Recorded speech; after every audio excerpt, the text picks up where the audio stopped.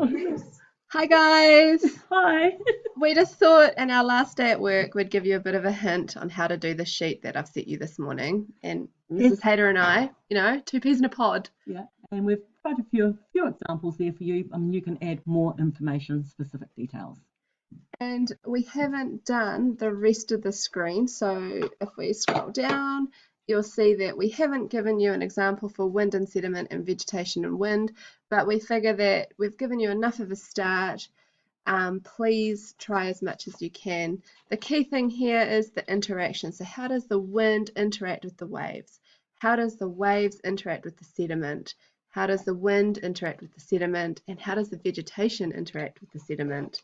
So go back through your notes. You've got all of this in there. Shout out on the Google Classroom stream just as you have been.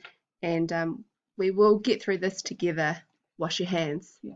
And ask lots of questions. If you don't quite know it, someone else in the class might know it, and they can also help answer the questions for you. We'll be monitoring what's happening, and we can also comment for you. Exactly. And this is our last day working together for 4 weeks. We're pretty sad about this too, but you know what? We'll get back there. Alrighty, team. Bye. Bye.